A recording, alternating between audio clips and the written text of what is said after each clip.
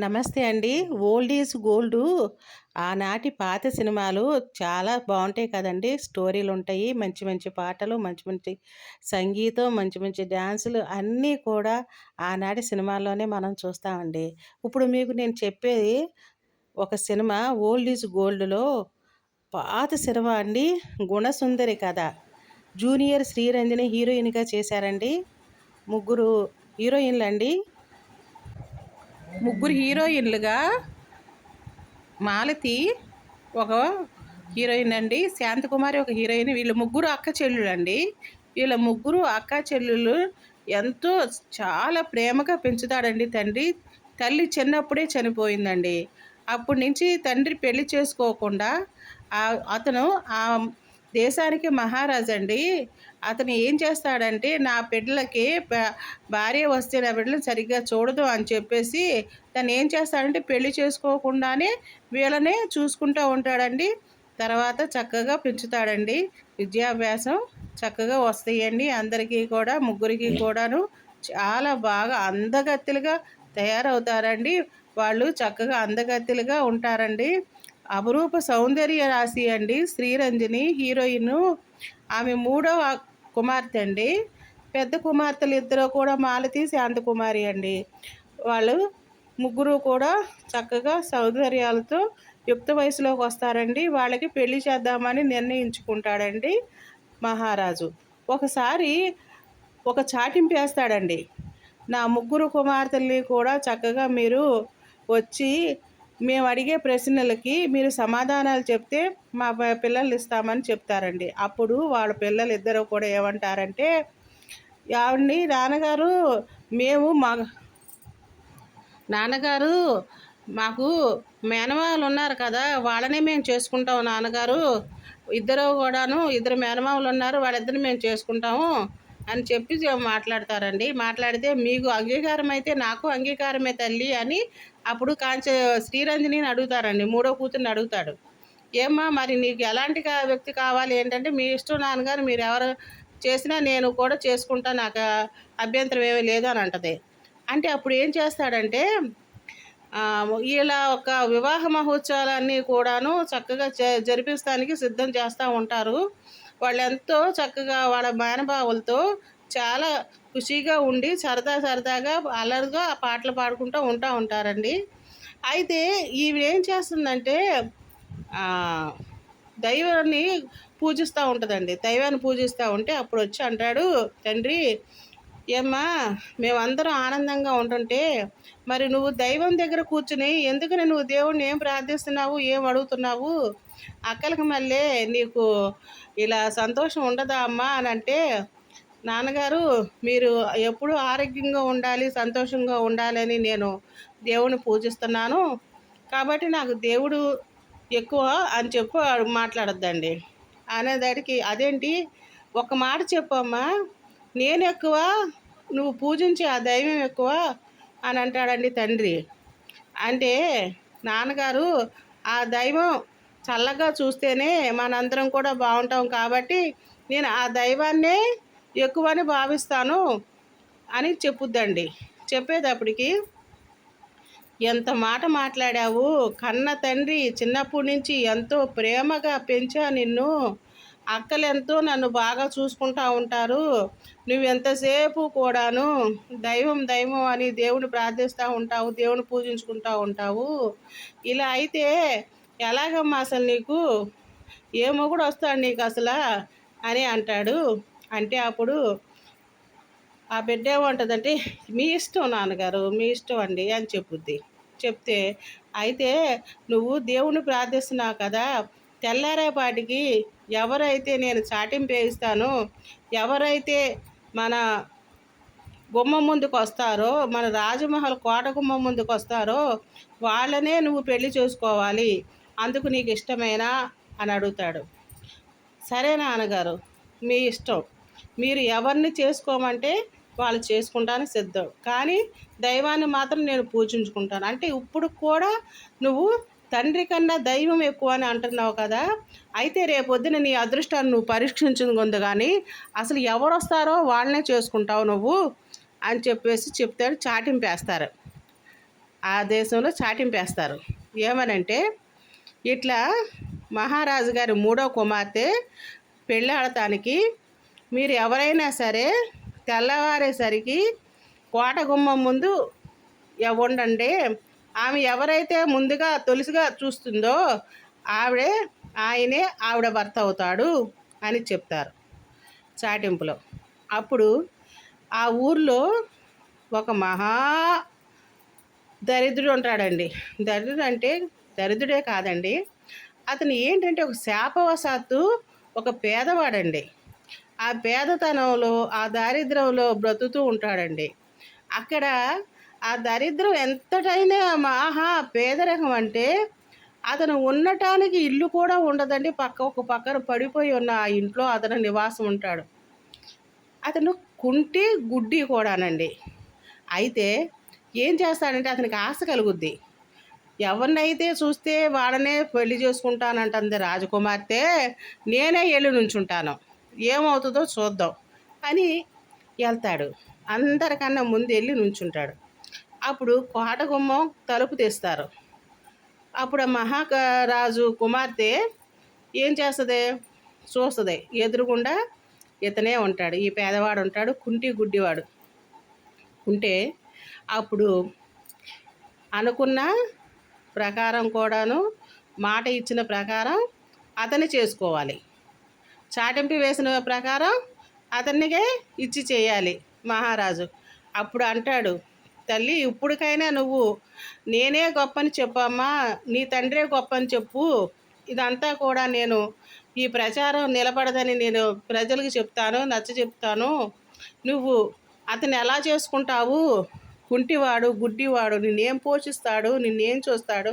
నువ్వు చూస్తేనేమో ఎండకన్నెరుగని సౌందర్య రాశివి, మహారాజు కూతురివి, కాబట్టి ఇవు ఒప్పుకోమ్మా అని చెప్తాడు. చెప్తే లేదు నాన్నగారు, నేను అన్న మాట ప్రకారమే, మీకు ఇచ్చిన మాట ప్రకారమే ఎవరినైతే చూస్తానో వాళ్ళనే చేసుకుంటానన్నాను. అతనితోనే పెళ్లి చేయండి. నా జీవితం నాకు తలరాత ఎలా రాసి పెట్టి ఉంటుందో అది అలాగే జరుగుతుంది, ఆ దైవ నిర్ణయం అనుకుంటా నేను అని చెప్పుద్ది.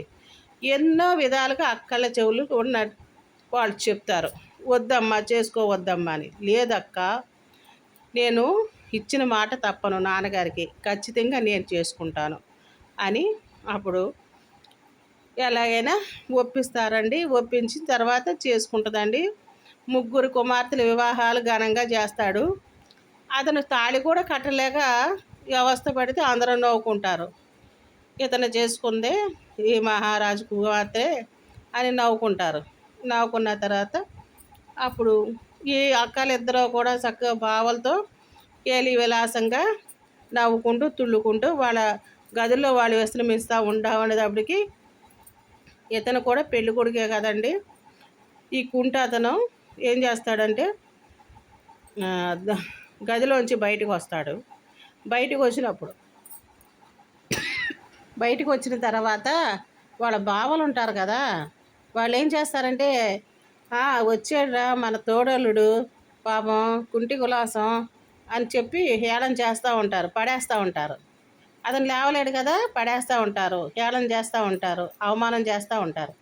అప్పుడు అతనికి రోషం వచ్చి, నేను కుంటివాడిని కాదు, రాజకుమార్తెని పెళ్లి చేసుకుంటానికి నేను కుంటివాడిగా నటించాను, నేను గుడ్డివాడిని కూడా కాదు, నేను కళ్ళు నాకు బాగా కనపడతాయి చూడండి. ఎందుకంటే రాజుగారు అమ్మాయి గారితో ఒక పందెం వేశారు, నువ్వు చేసుకోవాలి, నేను గొప్ప, ఎవరు గొప్ప, దైవం గొప్ప, నేను గొప్ప అని పందెం వేశారు కాబట్టి ఇలా జరిగింది. అందుకే నేను కూడా ఇలాగే చేశాను, రాజుగారి కూతుర్ని చేసుకోవాలని చేసుకున్నాను. నేను చాలా పేదరికంలో ఉన్నాను, నాకు ఇంతటి గొప్ప రాజయోగం పడద్దని నేను ఇలా చేసుకున్నానని వాళ్ళతో చెప్తే వాడు ఒక్కసారి ఆశ్చర్యపోతారు. ఈలోపు ఏం చేస్తారు, మహారాజు గారు వస్తారు. వచ్చి ఏం నాయనలారా ఏం జరుగుతుంది అనంటే, ఇతను కుంటివాడు కాదు, గుడ్డివాడు కాదు, అలా నటించి మా మరదనలు చేసుకున్నారు అని చెప్తారు.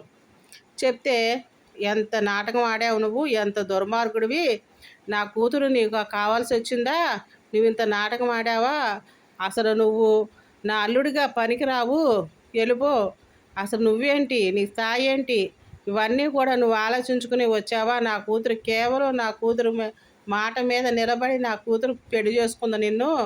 నీ దగ్గరకు వచ్చి ఏం సుఖపడుతుంది, వెళ్ళిపోమంటాడు మహారాజు.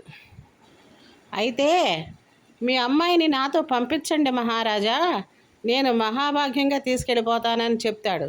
చెప్తే ఎంత మాట అన్నావు, నువ్వు వెళ్ళి నా పిల్లని పోషిస్తావా? ఎలా పోషిస్తావు? నువ్వు అడుక్కు తినేవాడివి కదా అని రాజుగారు ఏం చేస్తారంటే ఇలా తిరుగుతారు. ఇలా తిరిగేటప్పటికి లేదు అని చెప్పేసేసి ఆ మూడో అల్లుడు పేదవాడు ఏం చేస్తాడంటే ఒక అమ్మాయిని యువతలు లాగేటప్పటికి ఆ ఊపుకి తండ్రి మీద పడితే తండ్రి ఏమో కింద పడిపోతాడండి. మెట్ల మీద నుంచి కింద పడిపోతాడు. అతనికి కాలు ఇదైపోతుందండి. కాలు నరాలన్నీ కూడా చచ్చుబడిపోయి దెబ్బతింటది. దెబ్బ తినేటప్పటికి మంచం ఎక్కుతాడు. మంచం ఎక్కేటప్పటికి అప్పుడు ఇంత జరిగిన తర్వాత ఇక వాళ్ళు నా ముందు ఉండటానికి లేదు, పంపించేసేయమంటాడు మహారాజు. అప్పుడు ఈ అక్కలు బావులు కూడా వెళ్ళండి వెళ్ళండి, ఆరోగ్యంగా ఉన్న మా నాన్నగారిని ఇలా చేసేసారు మీరు, ఇంకా ఏం చేస్తారు మీరు, వెళ్ళిపోండి, మా మహల్లో నుంచి వెళ్ళిపోండి, మా కోటలోంచి వెళ్ళిపోండి అని చెప్పేసి అక్కలు బావలు ఆ తండ్రి అందరూ కూడా వీళ్ళని అవమానం చేస్తారు. అవమానం చేస్తే అప్పుడు ఏం చేస్తుంది గుణసుందరి, నేను వెళ్ళిపోతున్నాను, నాన్నగారు ఆరోగ్యం జాగ్రత్తగా చూసుకోండి, వైద్యులతో చూపించుకోండి, మీరు బాగుండాలి అని చెప్పేసి వాళ్ళ నాన్నగారు కాళ్ళకి దండం పెట్టేసి భర్తతో బయటికి వెళ్ళిపోద్ది. ఆ భర్తను తీసుకుని బయటికి వెళ్ళేటప్పటికి భర్త తీసుకెళ్తాడు. నడిచి నడిచి నడిచి ఊరి చివరికి వచ్చేటప్పటికి అక్కడ అన్నీ కూడా కనీసం పందులు కూడా వెళ్తూ ఉంటాయి అన్నమాట. అలాంటి వీధిలోకి తీసుకెళ్తాడండి గుణసుందరిని ఆ పేదవాడు. ఒకవైపు పడిపోయిన ఆ ఇంటికి చూపించి ఇదే నా ఇల్లు సుందరి అని అంటాడు. అలాగా అండి, పర్వాలేదు, నేను ఎక్కడైనా సరే నేను ఇమిడిపోతాను, మీరు ఎక్కడుంటే అదే నా ఒక్క మహల్ అండి, నా ఒక్క కోట, మా ఇల్లు నచ్చలేదా అలా మాట్లాడుతున్నావు అంటాడు. లేదండి, మీరు ఎక్కడుంటే నేను అక్కడే, ఇల్లు ఎందుకు నచ్చలేదు బాగానే ఉంది అని చెప్పుద్ది. అప్పుడు ఏమంటాడంటే సరే, ఇక్కడేమో మన ఇంట్లోకి పైకప్పు లేదు కదా, ఎండ వచ్చేస్తుంది వాన వచ్చేస్తుంది, అప్పుడు నువ్వు తడిసిపోతావు, అవన్నీ నాకెందుకు, పైన కప్పేస్తాను అని చెప్పేసి ఏం చేస్తాడంటే ఆ ఇంటి పైకప్పు వేస్తాడు. అప్పుడు ఎండకి వానకి కూడా ఆ ఇల్లు చక్కగా నిలబడుతుంది రాకుండా. ఆ ఇంట్లో ప్రవేశించి అవన్నీ కూడా అలుకుతూ ఉంటుంది. ఇదేంటి, ఇవన్నీ నీకెప్పుడు తెలుసు, నువ్వు యువరాణి కదా, ఇవన్నీ ఎప్పుడు నేర్చుకున్నావు అని అంటే, ఒక్కసారి చూస్తే నేర్చుకుంటాను, నేను ఇవన్నీ కూడా ఎన్నో కథలు చదివాను, మహాప్రతిభతల కథలు చదివాను, వాళ్ళు ఎలా బ్రతికారు అనేది నాకు తెలుసు, వాళ్ళు ముందు కష్టాలు పడినా తర్వాత సుఖపడతారని నాకు తెలుసు, అవన్నీ కూడా నేను చిన్నప్పటి నుంచి కూడా కథలు చదువుకుని నేను ఇవన్నీ కూడా నేర్చుకున్నాను, భర్తను ఎలా చూసుకోవాలి, ఇంటిని ఎలా చూసుకోవాలన్న విషయాలు నాకు తెలుసండి, మీరేం కంగారు పడకండి, వంటగా అన్నీ కూడా సిద్ధం చేయండి, వంట చేస్తాను అని చెప్పుద్ది. వంట నీకెలా వచ్చు, నేను చేస్తాను అని చెప్పి చేస్తాడు. చేస్తే అది ఆమెకి నచ్చదు. నచ్చపోయినా ఎలాగో బలవంతంగా తింటుంది. తిన్న తర్వాత అంటది, భారీగా నా బాధ్యత మీకు వండి పెడతాం కాబట్టి నేనే వంట చేస్తాను, కావాల్సినవన్నీ కూడా నాకు అందించండి అని చెప్పుద్ది. అప్పుడు సరే అయితే నువ్వే ఎలాగో ఇంటి బాధ్యత చూసుకోవాల్సిందే కదా అని అవన్నీ కూడా తీసుకొచ్చి ఇస్తాడు. ఇచ్చినప్పుడు ఇరుగమ్మ పొరుగమ్మ సాయం చేస్తే అవన్నీ తీసుకొచ్చి ఆ అమ్మ ముందు పెడతాడు. పెట్టేటప్పటికి గుణసుందరి వచ్చి రానట్టుగా నేర్చుకొని అలాగే వంట చేస్తూ ఉంటుంది. ఈలోపు ఏమవుతుందంటే ఈ అమ్మాయిని దాది పెంచుతుందండి చిన్నప్పటి నుంచి కూడా. ఆ దాది ఏం చేస్తుందంటే, అయ్యో పిల్ల వెళ్ళిపోయి ఎలా ఉందో ఏంటో, ఆ పేదవాడితో ఎంత నరకం అనుభవిస్తుందో నేను ఒకసారి చూస్తాను మహారాజు గారు అని చెప్పి వచ్చేస్తుంది. ఏం చేస్తా అంటే లాంఛనాలు ఇచ్చి పంపిస్తాడు. అన్నీ కూడా బంగారం నగలు, వస్త్రాలు, పిండి వంటలు మొత్తం అన్నీ కూడా తీసుకుని వస్తుంది. తీసుకొచ్చాక అప్పుడు ఇవన్నీ తీసుకోమ్మా, అప్పుడు ఏం చేస్తుందంటే ఆమె వచ్చిన సమయంలో వంట చేస్తూ ఉంటుంది. నార చీర కట్టుకొని వంట చేస్తూ ఉంటుంది. అయ్యో అమ్మ, నీకు ఎంత కష్టం వచ్చింది తల్లి, నీకు సీతాదేవి కష్టాలు వచ్చినాయి అమ్మా, ఇవన్నీ కూడా మీ నాన్నగారు పంపించారు, ఈ లాంఛనాలన్నీ తీసుకుని దర్జాగా ఉండమ్మా అని చెప్పుద్ది. అప్పుడు నాకు ఇవేమీ వద్దు దాది, నాన్నగారు క్షేమంగా ఉండటమే నాకు కావాలి అంటది గుణసుందరి. అతని అల్లుడు కూడా ఏం చేస్తాడంటే పేదవాడు కూడా, మాకు ఇవేమీ వద్దు, మాకు కష్టపడతాము, కష్టపడి నేను సంపాదించి నా భార్యని నేను పోషించుకుంటాను, నాకు మహారాజు గారి సొమ్ము నాకేం అక్కర్లేదు, ఈ లాంఛనాలన్నీ తీసుకెళ్ళిపోండి అని చెప్పి పంపించేస్తాడు. అప్పుడు దాది వెళ్ళలేక వెళ్తుంది. జాగ్రత్త అమ్మ అని చెప్పేసి వెళ్తుంది. అలాగే దాది, నాన్నగారిని చూసుకో, నువ్వు అక్కడ నాన్నగారిని కనిపెట్టుకుంటా ఉండు, ఆయన పాపం చాలా ఇదిలా ఉన్నారు, కాలు ఇదైపోయి ఉంది ఆయనకి అని చెప్పి పంపిస్తుంది. అలాగేనమ్మా అని వెళ్తుంది. ఇక్కడ ఈ మహారాజు గారి పరిస్థితి ఏంటి? ఆయన మంచాన పడతారు. మోకాల దగ్గర నుంచి కాలు కింద వరకు కూడా వాళ్ళు ఏం చేస్తారు, కట్లు కడతారు. కట్లు కట్టిన తర్వాత ఆ బాధను భరించలేక ఈ కూతుళ్ళు అల్లుళ్ళు పక్కన పెట్టుకుంటాడు. వాళ్ళు ఏం చేస్తారు, విసురుతూ ఉంటారు. తర్వాత ఏమో ఆయనకి ఏం కావాలో అవన్నీ చూసుకుంటూ ఉంటారు అల్లుళ్ళు.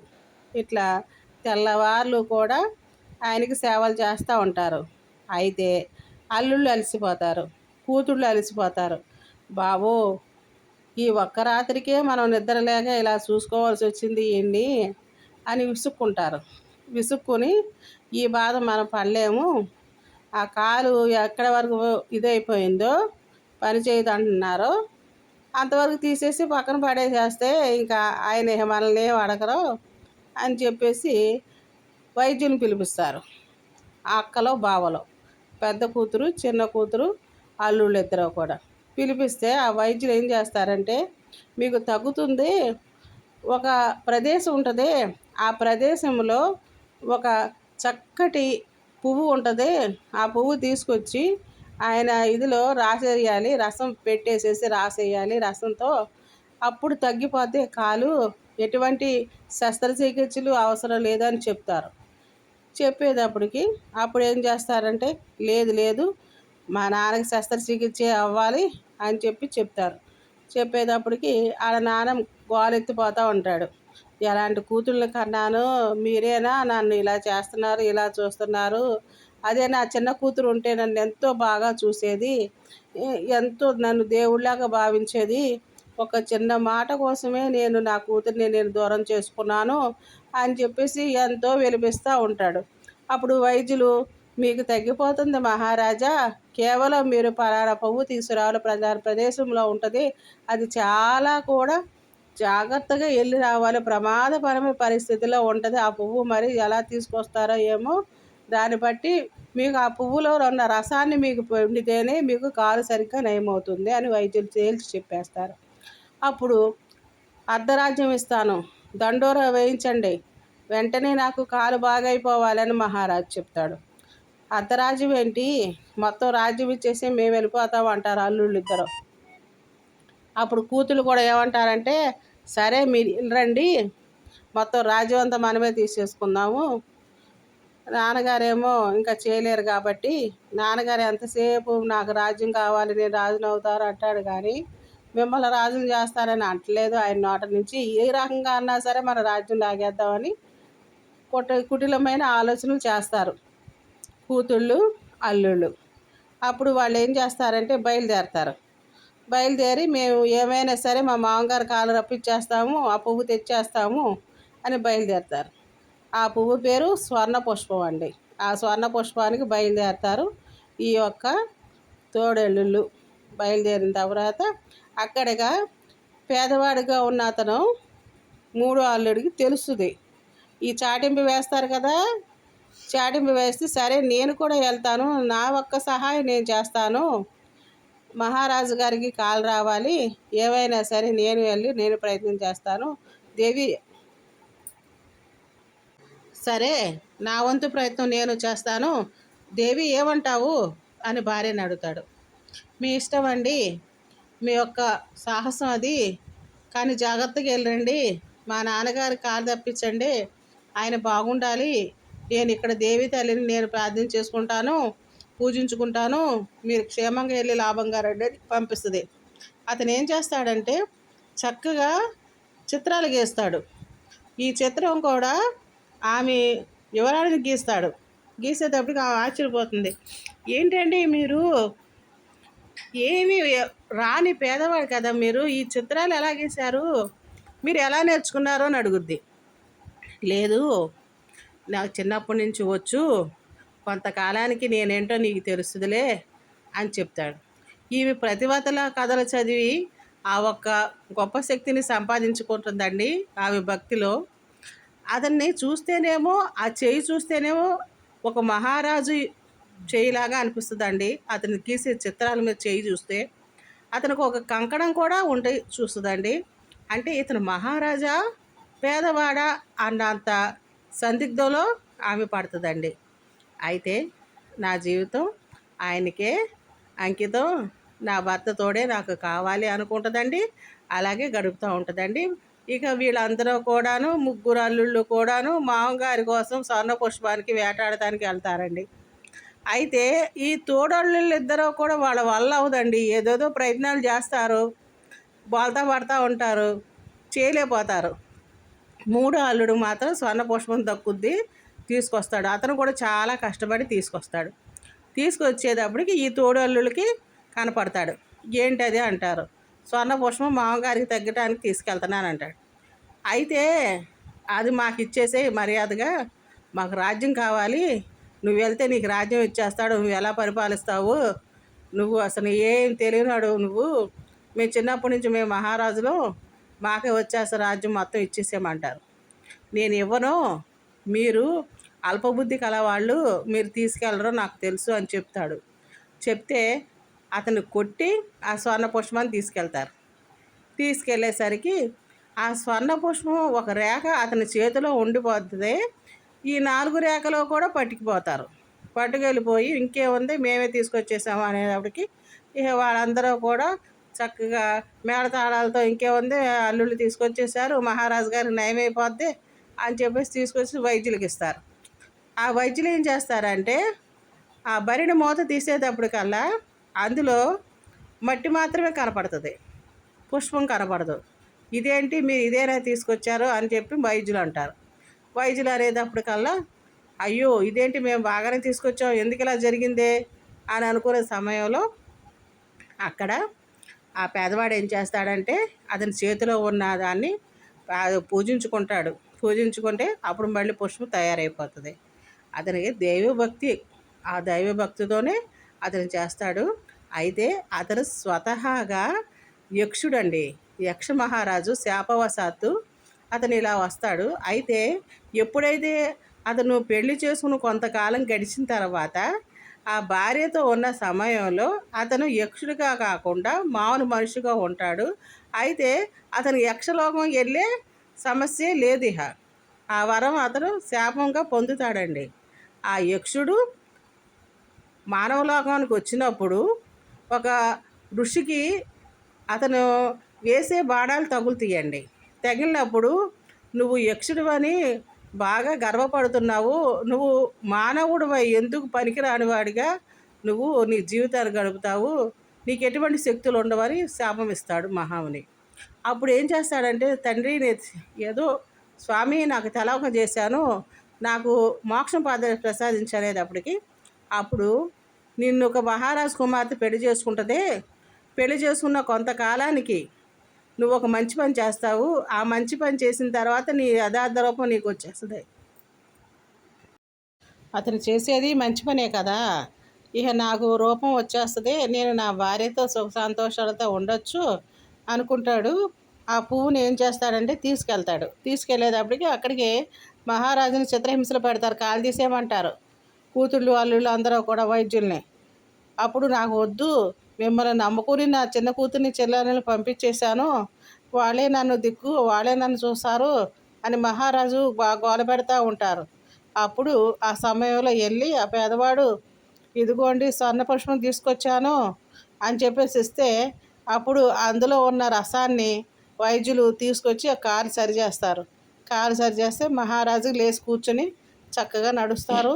మళ్ళీ మహారాజు చక్కగా మహా కుర్చీ ఎక్కేసేసి సింహాసనం మీద కూర్చుంటారు. కూర్చునేటప్పటికి ఈలోపు ఏమవుతుంది, ఎంత ఎంత పని చేశారు మీరు, నా కూతుళ్ళు అల్లుళ్ళేనా, నన్ను ఇట్లా చిత్రహింసలు పెట్టారు, నాకు నరకం చూపించారు, నా చిన్నల్లుడు కనుక రాకపోతే ఇక నాకు నరకమే దిక్కయ్యేది, ఎంత పని చేశారు మీరు, మీ కూతుళ్ళేనా అల్లుళ్ళేనా అని వాడు అందరూ మందలిస్తారు మహారాజు.